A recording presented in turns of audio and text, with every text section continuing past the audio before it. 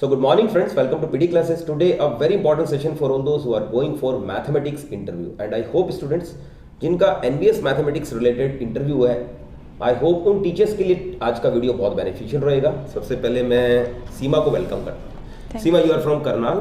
Yes sir. Seema, आज हमारे सामने एक और कैंडिडेट है, his name is Ram Meher and he has come from Jind. और खुशी की बात यह है कि इनका भी मैथमेटिक्स सब्जेक्ट ही है। और आज इनका फर्स्ट डे, तो आज हम इनसे ज़्यादा क्वेश्चंस पुटअप नहीं करेंगे। हमारा मेन फोकस आपके इंटरव्यू पे रहेगा। सर। और यहाँ पर हमारे बीच में हिसार से मैडम है and her subject you know very well English. And next we have Azad and he has come from Pilani. Okay, so Sonu madam, आप भी क्वेश्चंस पुटअप करिए एज मेनी, और आप एचआर क्वेश्चंस कर सकते हैं जो नॉर्मल क्वेश्चंस होते हैं अदर देन सब्जेक्ट ऑल्सो, अगर सब्जेक्ट की आपकी कमांड नहीं है तो। अदरवाइज आप मैथमेटिक्स की भी क्वेश्चन पूछे तो वेल एंड गुड है। चलिए भाई, सबसे पहले आप मुझे ये बताइए कि what is the difference between line and line segment. Sir, line को हम ऐसे डिफाइन कर सकते हैं जिसे हम इनफाइनाइटली दोनों डायरेक्शन में एक्सटेंड कर सकते हैं। इसका एंड पॉइंट नहीं होता, बट जो लाइन सेगमेंट है वो पार्ट है लाइन का जिसके 2 एंड पॉइंट्स होते हैं। और राम मेहर, आप जिंद से बिलोंग करते हैं, तो जिंद को और क्या कहा जाता है? जिंद को हरियाणा का दिल कहा जाता है sir. Okay, heart of Haryana. Heart of Haryana. चलिए, name the different types of angles. Sir, on the basis of angle, first और लाइन सेगमेंट के बारे में नहीं बताया आपने। Sir, line segment is the part of line. Okay, या जिसके 2 एंड पॉइंट्स हो जाएंगे। राइट। लाइन के कोई एंड पॉइंट्स नहीं होते, उसे हम इनफाइनाइटली किसी भी डायरेक्शन में एक्सटेंड कर सकते हैं, बट लाइन सेगमेंट के 2 एंड पॉइंट होते हैं and line segment is the part of line. Okay, yes. Straight line को और एक्सप्लेन कर सकते हैं कुछ? स्ट्रेट लाइन को सर हर डायरेक्शन तो नहीं ले सकते। इनफाइनाइट पॉइंट होते हैं सर उसके अंदर। राइट। और फिक्स डायरेक्शन फिक्स होती है सर स्ट्रेट लाइन की। ओके, चलिए madam, tell me the different types of angles. Sir, when angle is between 0 to 90 degree, it is known as acute angle. Right. When angle is exact 90 degree, it is known as right angle. And when it is of 180 degree, it is called linear angle or straight line angle. And when angle is between from 180 to 360 degree, it is called reflex angle. And one more obtuse angle, in which angle is between 90 to 180 degree. Okay. Define linear pair of angles. Sir, linear pair of angles में हम इसे इस तरह कह सकते हैं, when a line falls on a horizontal line, then the 2 consecutive angles which form the sum of 180 degree, then these angles are called linear pair of angles. Okay, what are similar figures and what are congruent figures? Sir, जैसे इसके नाम से हमें समझ आ रहा है, similar figures means जो same हैं, बिल्कुल देखने में सेम है, साइज उनका वेरी कर सकता है, बड़े छोटे हो सकते हैं, बट जो कॉन्ग्रुएंट फिगर हैं उनमें उनका साइज मैटर करता है। वो देखने में भी सेम होनी चाहिए, उनका साइज भी सेम होना चाहिए। फॉर एग्जांपल, अगर हम कई रेडियस 3 सेंटीमीटर के साथ हम 2 सर्कल ड्रॉ कर रहे हैं, then these 2 circles are congruent because they will be definitely same in the shape as well as look also. Okay, और ASA और SSS डिफाइन कर सकते हैं, इनके बता सकते हैं इनके बारे में कुछ? सर, ASA और ये SSS ये कॉन्ग्रुएंसी रूल हैं। जैसे मान लो ASA है, इसके अकॉर्डिंग क्या होता है, एक ट्रायंगल में 2 एंगल्स और उनके बीच में इंक्लूडेड साइड अगर वो इक्वल हो जाए दूसरे ट्रायंगल के साथ, उसके अंदर भी सेम 2 एंगल और इंक्लूडेड साइड, अगर ये दोनों इक्वल हो रहे हैं एक दूसरे के, तो ये दोनों ट्रायंगल कॉन्ग्रुएंट कही जाएंगी। तो ये कॉन्ग्रुएंसी का रूल है। और इसी तरह जो ये SSS है, मीन्स साइड साइड साइड, तो ये भी एक कॉन्ग्रुएंसी का रूल है। इसमें क्या होता है, 2 ट्रायंगल्स की तीनों साइड एक दूसरे के प्रोपोर्शन में होती हैं, इक्वल होती हैं, और इसलिए हम इसे SSS कहते हैं, बिकॉज तीनों साइड इक्वल प्रोपोर्शन में हो सकती हैं या इक्वल भी हो सकती हैं। Okay, difference between quadrilaterals and parallelogram, both have 4 sides. Yes sir, जैसे क्वाड्रिलेटर है, क्वाड मीन्स 4 होता है, तो एनी फिगर विच है 4 side is known as quadrilateral, कोई भी फिगर हो। बट पैरेललोग्राम में क्या डिफरेंस आ जाएगा कि पैरेललोग्राम में अपोजिट साइड्स पैरेलल होती हैं, प्लस इक्वल भी होती हैं। तो इसमें 2 पेयर्स हो जाते हैं, पैरेलल भी होंगी, मतलब ऊपर वाली साइड नीचे वाले के पैरेलल भी होगी और इक्वल भी होगी, और लेफ्ट वाली राइट वाली के इक्वल भी होगी और पैरेलल भी होगी, इसलिए इसका नाम पैरेललोग्राम है। तो क्वाड्रिलेटरल में ये इक्वल नहीं होती? नहीं, क्वाड्रिलेटर कोई भी फिगर है जिसमें सिर्फ 4 साइड्स हों, तो मतलब स्क्वायर हो गया, रेक्टेंगल हो गया, हमारा काइट हो गया, वो रोम्बस हो गया, ये सब हमारे पास क्या है, ये क्वाड्रिलेटर हैं, बट ये पैरेललोग्राम नहीं है। पैरेललोग्राम सिर्फ वही होगा जिसके अपोजिट साइड्स पैरेलल होंगे। Okay, so any question? If your students are weak, how will you motivate your students towards mathematics? According to me, mathematics is a very practical subject. I can relate practical problems with their daily life.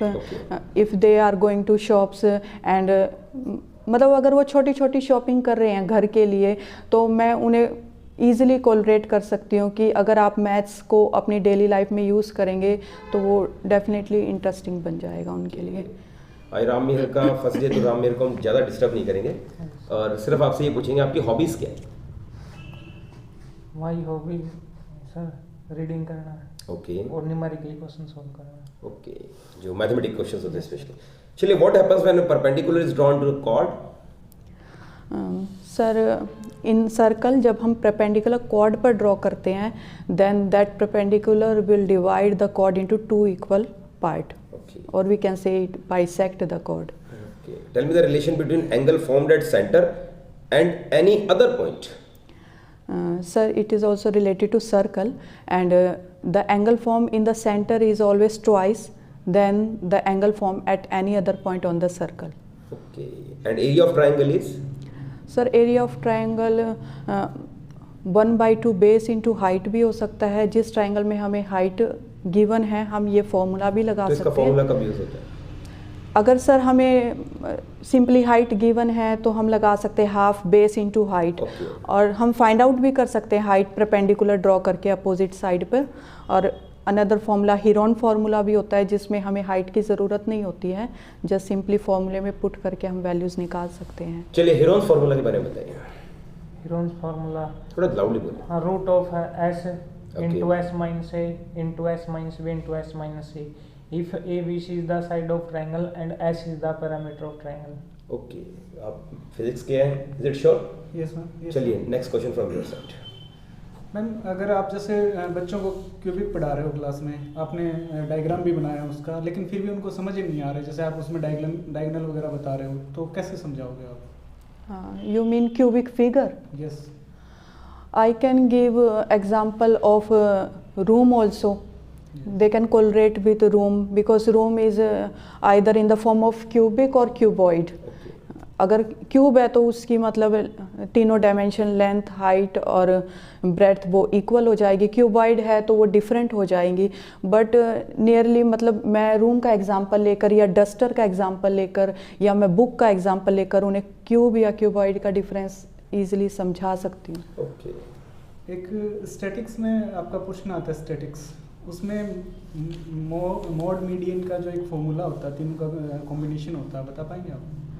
तीनों का combination होता है sir, वो I think 3 median is equals to 2 mean plus mode minus I think plus होगा। Yes, minus होगा? Minus होगा sir. Okay, चलिए, tell me the difference between surface area and volume. Formula for volume of cylinder. So surface area is the area occupied by any 3-dimensional body. Like I have a duster in class. अगर मैं duster को table पे put करके उन्हें दिखाती हूँ तो surface area क्या है, जितना एरिया उस डस्टर ने कवर कर लिया अपने नीचे, वो सरफेस एरिया है। बट अगर मैं उसे ओपन कर देती हूँ, उसके टॉप को ओपन कर देती हूँ और वॉल्यूम को समझाना चाहूँ और मैं उसके अंदर मान लो वाटर है फिल करती हूँ, तो द कैपेसिटी दैट वो जितने पानी को अपने अंदर एडजस्ट कर सकता है, that is known as volume. Okay, what is the fraction formula when the ratio is 1:1? Sir, if the ratio is equal then value of x can be given as x1 plus x2 divided by 2 and y1 plus y2 divided by 2. This gives value of y. Okay. Tell me the difference between rational number and irrational numbers. So rational numbers are the numbers which can be represented in the form of p by q, where p and q are integers and q not equals to 0. ये must condition है कि क्यों हमारा zero नहीं होना चाहिए, because अगर वो ज़ीरो हो जाएगा तो हमारे पास आंसर आएगा ही नहीं, वो इन्फिनिटी हो जाएगा। बट जो इरेशनल हैं उन्हें हम p बाई क्यू फॉर्म में रिप्रेजेंट नहीं कर सकते। और अगर मैं इसे समझाना चाहूँ on the basis of decimal expansion also, तो रैशनल नंबर का जो डेसिमल एक्सपेंशन है वो टर्मिनेट हो जाएगा, या अगर टर्मिनेट नहीं होगा तो वो रिपीटिंग आएगा। बट जो इरेशनल है वो नॉन टर्मिनेटिंग है और नॉन रिपीटिंग है, उनके डेसिमल एक्सपेंशन कभी ख़त्म नहीं होंगे। एग्जांपल से देखें, जैसे हमारे पास √3 है, √2 है, इनके डेसिमल एक्सपेंशन कभी एंड नहीं होंगे। Okay, what is circumference of circle and how it is different from its area? Sir circumference को हम डिफाइन कर सकते हैं, circumference is the total length of this circle, only the total length, and area is the area space occupied by the total length of the area, circle. Yes. How many rational numbers are there between any two rational numbers? So there are infinitely many numbers between two rational number. Okay. Yes. अगर हम इसका method देखें तो कोई भी दो rational number हैं, मान लो 3/4 है और 5/10 है, तो हम इनके डिनोमिनेटर्स को इक्वल करके by multiplying by any number and we can get infinitely many numbers. And what are real numbers? Sir real numbers are the real numbers means the sum of the rational plus irrational. Real means जिसमें सारे numbers आ जाते हैं complex number को छोड़कर, तो real number is sum of rational plus irrational. Ma'am अगर collection of rational and irrational बोल रहे हैं तो रैशनल। हाँ जी, collection of all rational and irrational Collection is of called the okay real okay as a definition. Polynomials समझाइए example के साथ। Sir polynomial is an algebraic expression जिसमें हमारे पास कांस्टेंट भी होते हैं और वेरिएबल्स भी होते हैं। For example 2x + 3, this is a example of polynomial. The degree of non-zero constant polynomial is 0. How? Sir constant polynomial for example it में बी 3 एक कांस्टेंट पॉलिनोमियल है, बट अगर मैं इसके साथ वेरिएबल को लिखना चाहूँ तो 3 × x की पावर 0 हो जाएगा, बिकॉज किसी भी नंबर की पावर अगर 0 है तो वो 1 की इक्वल होगा and it is equal to 3 again. So degree होती है वेरिएबल की पावर, मतलब x की क्या पावर है वो उसकी डिग्री कहलाएगी। तो यहाँ हमारे पास x की पावर 0 है, सो कांस्टेंट पॉलिनोमियल की डिग्री 0 हो जाएगी। How will you find the value of remainder if an polynomial is divided by another polynomial? Sir, if I want to get the remainder, I can simply divide one polynomial by the given polynomial, or we can say the divisor. Or if in short term I can say that I will equate divisor equals to 0, and from there I got the value of x, and I can put the value of x in the given polynomial and we get our remainder. Okay, what is LCM and HCF and how will you find HCF of 16 and 20? Sir, LCM is the least common multiple. Right. Yes, least common multiple से कहने का मेरा मतलब है, जैसे आपने example पूछा 16 and 20 का। Yes, yes. द नंबर जो 16 और 20 में की टेबल पे आएगा बट वो लीस्ट होना चाहिए। Okay. ओके तो एलसीएम ऑफ 16 एंड 20 इज़ 80, तो 80 वो लीस्ट नंबर है, वो एलसीएम है 16 और 20 का, इससे छोटा कोई भी नंबर नहीं है जो दोनों की ही टेबल में आएगा। और एचसीएफ होता है highest common factor, that highest number which divide 16 and 20 completely. Give one example of linear equation in one variable and two variables. So linear equation in one variable means which has only one variable, for example 2x + 3. Okay. And in two variables we include two variables like 4x + 5y - 9. Okay. Here we have two variable x and y. Why you opted to be a maths teacher? What is the reason? Sir, according to me maths is a practical subject. Yes. And I love to solve practical questions, because these questions are not boring, and this develops the thinking power of mind also. So that's why I like mathematics. बहुत अच्छा, आपने अपनी तरफ से best दिया। और अब हमारे जो कैंडिडेट हैं राम मेयर, हाँ जी सर। हम इनका भी आने वाले टाइम के अंदर इंटरव्यू लेंगे और इनको जो क्वेश्चन है वो बहुत टफ देंगे, क्योंकि पीसीटी लेवल के है। हाँ आपका जी लेवल तो फिर भी टीसीटी है। Okay sir. तो हम इनके लिए क्वेश्चंस बहुत टफ रखेंगे और हाँ जी कोशिश करते हैं, देखते हैं इनका लेवल किस तरीके से जाता है। फिर सिंस फर्स्ट डे इनको एंजॉय करने देते हैं और रिलैक्स रहने देते हैं। ओके, ओके चलिए, thank you both of you, बहुत अच्छा दिया, गुड। Thank you sir.